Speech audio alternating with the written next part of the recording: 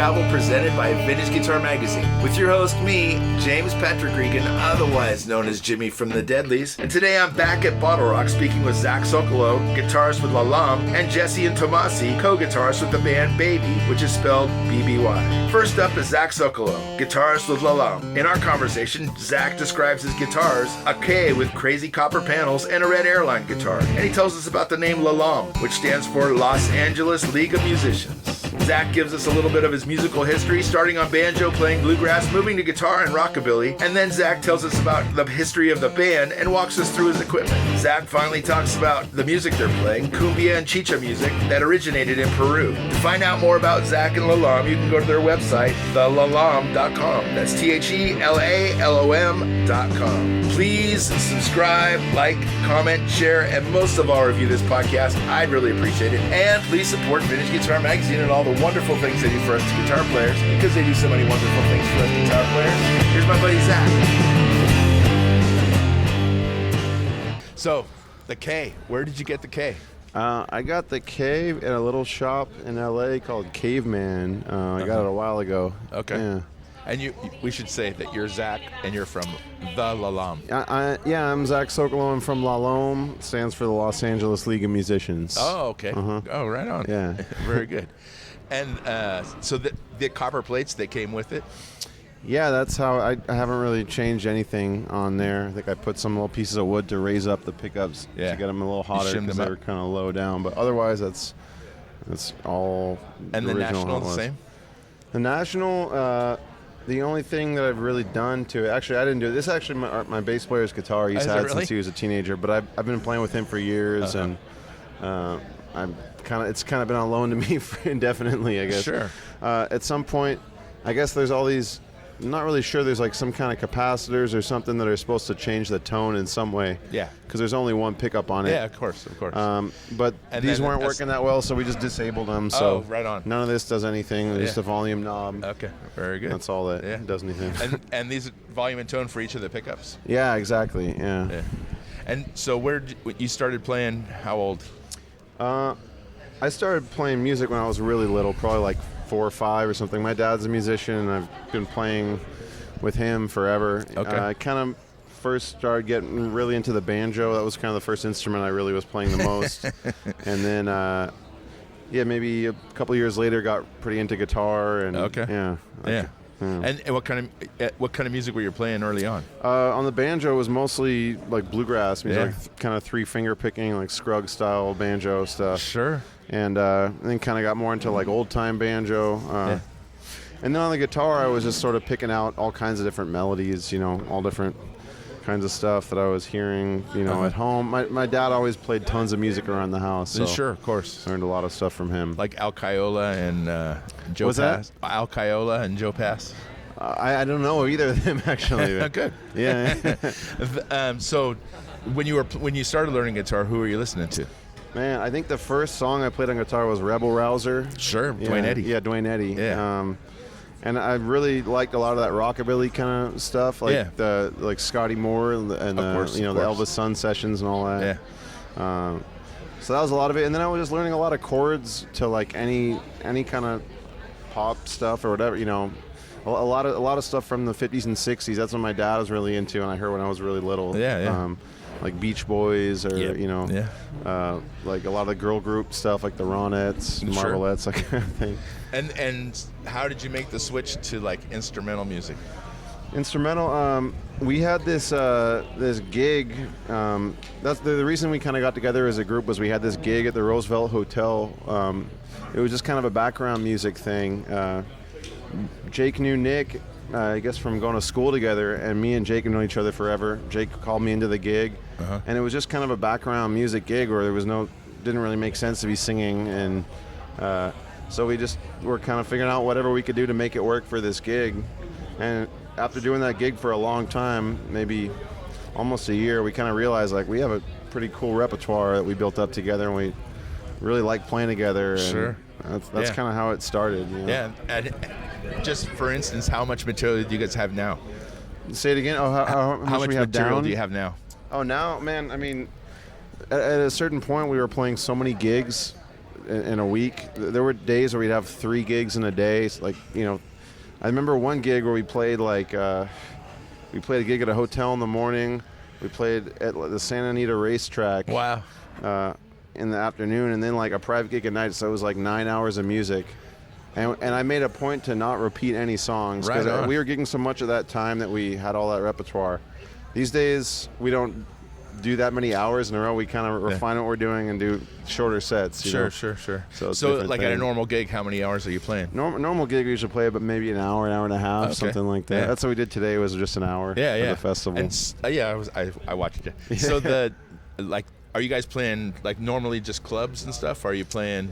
Man, we've been touring all over the place nonstop. We played we played a Red Rocks last night. Really? Over in last Colorado. Night? Yeah. Oh my God. That was really fun. That was a really beautiful venue. Yeah. Were you opening for somebody? Or we're opening for Leon Bridges, who we're kind of in the middle of a tour with him. This is an off day for him. So, gotcha. But yeah, we're going up and down the coast with him right now. Right on. Yeah. Well, I'm glad it worked out that you came here. Yeah, man. So your chain going from the guitar from the K or Say it again. The chain so you're going into a pedal board. Yeah. What's the pedal board look like? It's pretty simple. I have a delay pedal. I got a little bit of reverb, and I have kind of an overdrive it's also got a boost if I just want a clean boost. What is that? It is a full drive. I forget the model, but full drive. Yeah. Full tone, or full drive. Tone, full drive. That's what it is. Yeah. And I also I like using usually a Fender Twin or a Deluxe. Yeah. And was it a Twin today? It was a Twin today. And his backline or is yours? Just backline. Yeah. And I utilize that pedal a lot. The foot switch that comes with that. Sure. Yeah. I use that kind of more than anything else. Really, is the reverb and vibrato on there. Yeah. Right on. And so there's definitely a surf element to the music. Are there surf besides Dwayne Eddy, who's not really a surf guitar player? But I've never really been into surf music too much. I think probably the reason the tones like that, like I grew up playing a lot of rockabilly and stuff, which is maybe a similar kind of sound. Yeah, of course. And then there's a huge influence for us for a lot of the Cumbia and Chicha. Yeah. Especially the stuff from Peru, from like the 60s, 70s, 80s. It was kind of really guitar led primarily. Yeah. And instead of like the Colombian style, was usually the accordion or more modern stuff usually has synth. So that's a huge influence to us. Yeah. And how did that come about, the cumbia stuff? Well, in LA, we're all from LA. We all grew up there. That music is everywhere. You hear it all over the place, on the radio, just parties and stuff, like on the street. And it's really, really popular for dancing.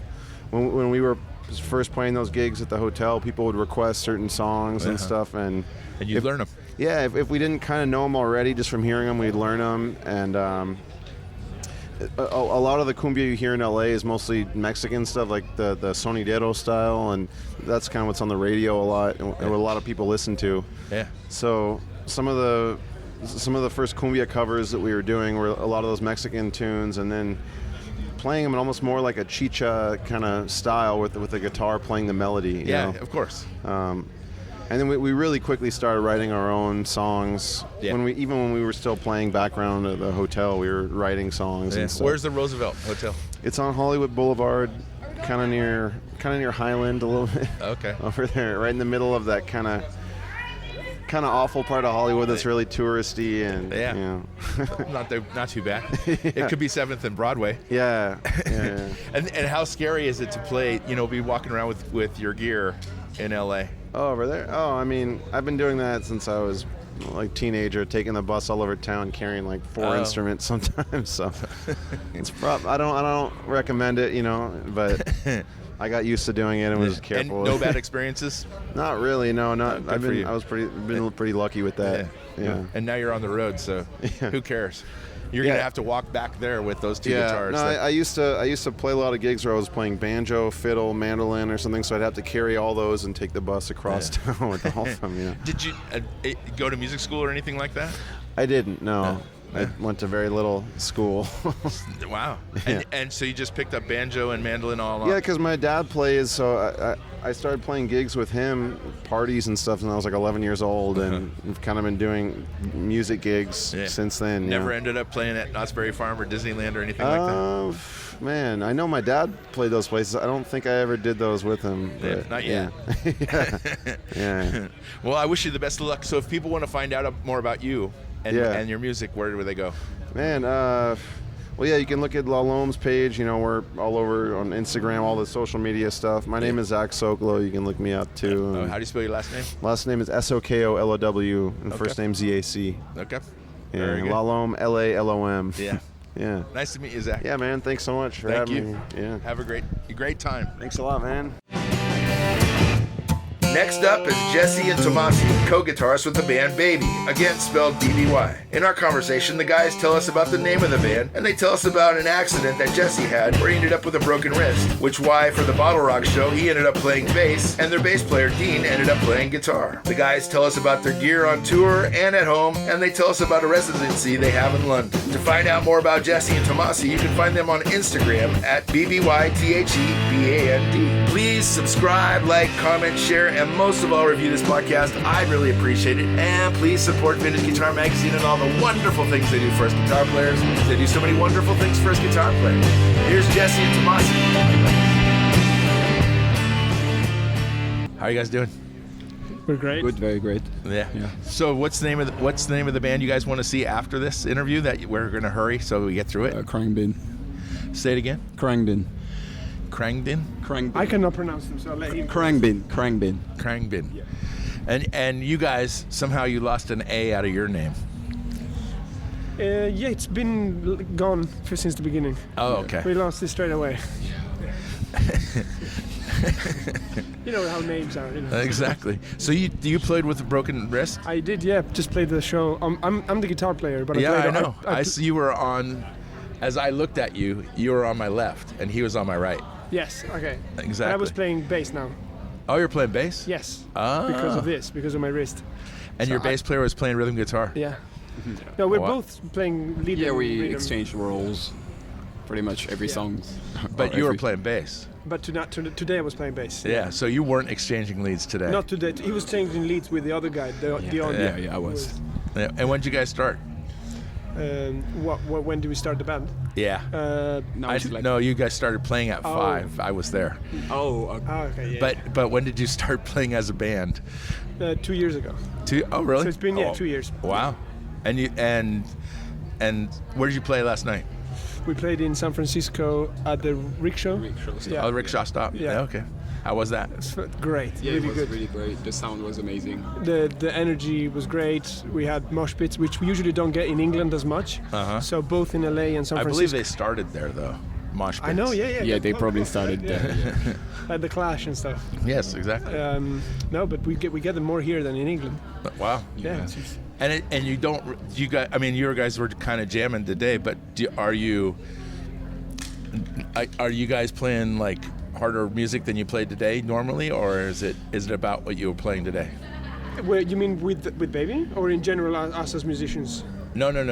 As in Baby, is Baby harder music than you guys played today, or probably a little bit? There's a few songs that we go a bit harder, and we didn't play them today. Okay, because you broke your wrist.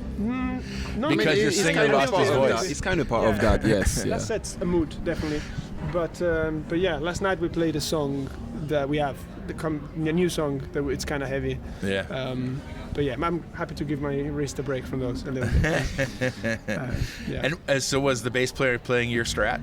He was playing his own Strat, and I was playing my own bass because I'm also a bass player, like outside of the band. So we're interchangeable, you know. And were you playing your own Telecaster, or was that somebody else's Telecaster? I was playing my own Telecaster. Yeah. And what were the amps you were playing through? We were playing through an Ampeg, great Ampeg. Yeah, I was playing through a Fender Twin. Okay. Yeah. And rental gear, or was it stuff that you brought? No, it was rental. Yeah. And what do you play through at home? What do we play through? Well, usually I have a box, but not a great amp, just a kind of a small amp. And usually I play through Fender. I play through. We hire them, or the venue has them. Yeah. At home I have a Hot Rod DeVille. You have a what? Hot Rod DeVille. Oh, okay. Yeah. Yeah, very good. I played very low. And so, what kind of venues are you playing at home? We're playing. So we're doing a show in a venue called Color Factory, which is like a club. So it's Yeah. more for electronic music, and we've been doing our residency there. So Oh, we okay. play this year 4 times, and we do it in the round. So we're like in a Wow. circle, and people around us, and it's Yeah. really, really good energy, really good atmosphere. And what's the cap? the cap? It's about 300 and something. Oh, right? not bad. I think That's Yeah. suitable. Yeah. It's Yeah. really good, and we do a few. Every 3 months we do one. Yeah. Okay. And what do you do in between? In between, we do. Well, we used to do hangs. We try to do them still, but maybe we do them more outside of England when we go Sure. around. And the hang is more of like a free kind of environment, not ticketed, and more like people can show up, and it's more jammy, even more jammy. Yeah. Because we're already jammy, but it gets even more free flow. Yeah. Are you Uh, guys using pedals? Did you bring pedals with you? Yeah, we did, but I used the bass player's pedal board. boy, He here we used- go again. Yeah, I know. Yes, I use my own pedals. What pedals do you use? So I use the MXR Phase 90. Okay. Then I have a compressor. Yeah. Then I go through the What's the compressor? Ego compressor Okay. Wampler. Okay. Then I go through the Vertex steel string. Uh-huh. Then I have a POG, electro harmonics. Then I have the Mayflower. Wow. It's Walrus Mayflower. Yeah. That's my overdrive. That's really the best overdrive. It never leaves my pedal board. Okay. Yeah, I mean, to me, it's just like really a good low mid-range overdrive. Uh-huh. Then I have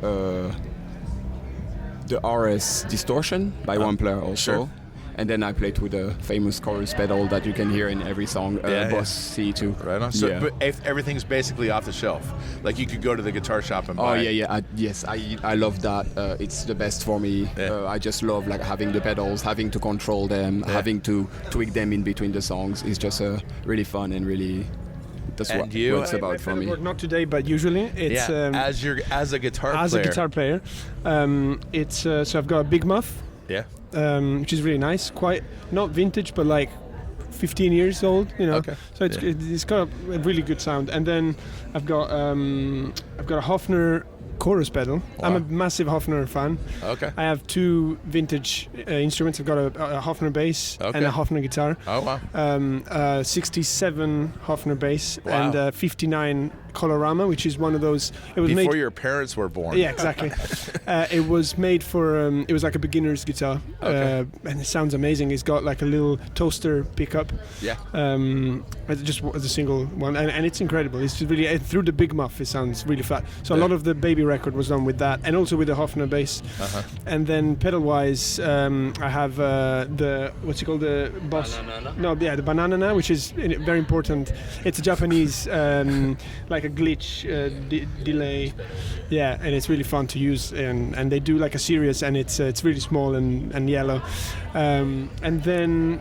Well, then I have the Super Overdrive, the Boss for the drive, and then that's it, I think. Yeah, very very simple, and then a few more at home, but that's the main one I play with. And Sure.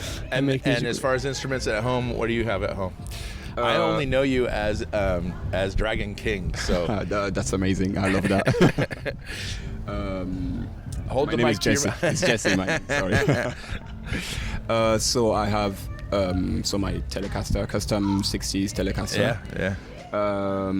I have a Mexican Strat that I did. It was like my first guitar that I bought with my own money. It's like a 2006 Mexican Strat. But Sure. I played a lot with the pickups. I don't even know anymore what is there, but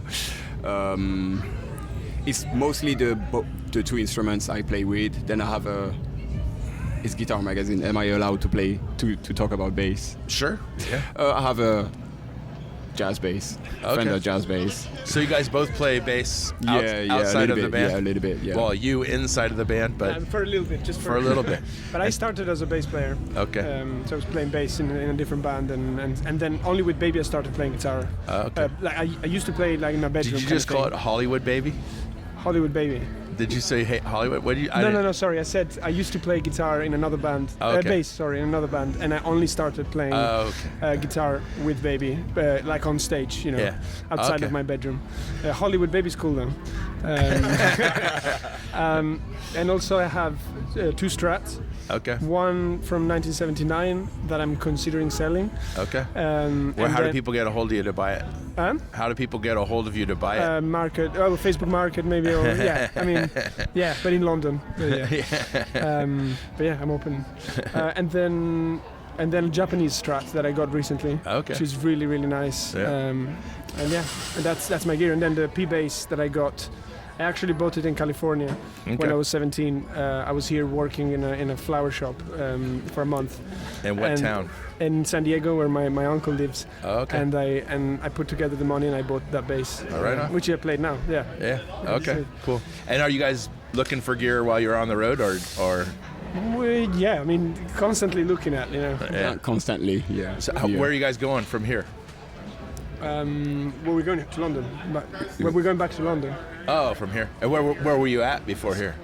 We were in LA. In LA? Yeah. San Francisco last night, and LA. Oh yeah, I mean, yeah. Did you go to any guitar shops in LA or no? We did the time before. We went to. You went to Guitar. I went to Guitar Center, of course. Okay. My first time in Guitar Center. It was really nice. In Hollywood? Yeah. That's the best one. Yeah, it was far. really nice. Yeah. Yeah. That's about it, really. We don't have a lot of time when we come for now. And a lot of money. And it's the beginning. Is your label? Are you guys on your own label, or are you guys on a different Glassnote? Glassnote. Okay. Yeah. Is the label paying for you to do this festival, or you don't know? Yeah. That's a great question. I think yes. Yes. Well, ultimately, you're paying for it, but. It's But you're going to make the money back. It's going to be great. Yeah. Hopefully. We're building. Yes, exactly. Yeah. But Any other bands besides the band I can't pronounce that you guys wanted to see here at BottleRock? well, Cage the Elephant. Yeah, that band right there. That's I know. Cage the Elephant. Okay, did you see them? No. They already played? No. I don't know. I think they're playing at 8. They're playing Yeah. a little bit later. Okay. So we're gonna check them out, and then who else? That's it, really. Yeah. Robbie Krieger from The Doors? No. Is he playing? Yes, he is. I didn't know. Yeah. Where? The Prudential stage, so out that way. Okay. And he's, Well, I we don't know should who's check. in his band or anything, but he's billed as Robbie Krieger, so. The guitarist The guitarist from The Doors, yeah. with the SG. Yes, with the SG. Amazing. Yes. And with the SG and the sort of lousy tone. Lovely. We'll check it out. Yeah. Okay, well, it's great meeting both of you. Oh, Yeah. look at the fancy badges. That's in purple. Man, we're It's so nice excited purple. to talk about guitars. Thank you, guys. Thank you. Yeah, Thank you. best of luck to both of you. And I hope you heal up really quick. Cheers. I'll go back to my Strat. My wife's out there somewhere, so say hi to her. Okay. Thanks for listening to Have Guitar Will Travel. You can catch up on all the things I'm doing at thedeadlies.com. And I'm on all the social media platforms as well. And please support Vintage Guitar and all the wonderful things they do, because they do many, many wonderful things for us guitar players. Thanks. Please subscribe. Please tell a friend. And I'll see you guys next week. Bye, guys.